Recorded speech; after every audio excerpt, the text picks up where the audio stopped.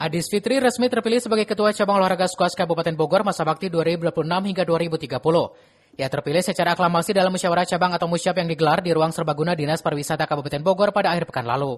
Musyawarah cabang tersebut dihadiri langsung oleh Ketua Umum Pengurus Provinsi Skuas Jawa Barat, Asep Purwanto, serta perwakilan Pengurus Komite Olahraga Nasional Indonesia atau KONI Kabupaten Bogor.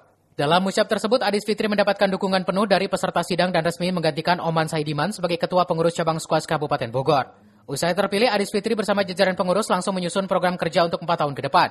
Salah satu prioritas yang akan dijalankan adalah memperluas pembinaan dan pemasyarakatan cabang olahraga skuas agar semakin dikenal dan diminati masyarakat, khususnya generasi muda di Kabupaten Bogor. Udah Jabar ya, tadi mau diusahakan memang nggak ada kata terlambat sih ya, gitu kan. Tapi insya Allah kedepannya kami dengan Pemprov bisa maju ke Polda Jabar. Terus langkah-langkah ke depan apa Bu? Langkah ke depan mungkin awalnya kami harus sosialisasi dulu ya, branding dulu ya, kan karena vakum lama ya, otomatis kan biar masyarakat Kabupaten Bogor tahu bahwa di Kabupaten Bogor ada cabur skuas seperti itu.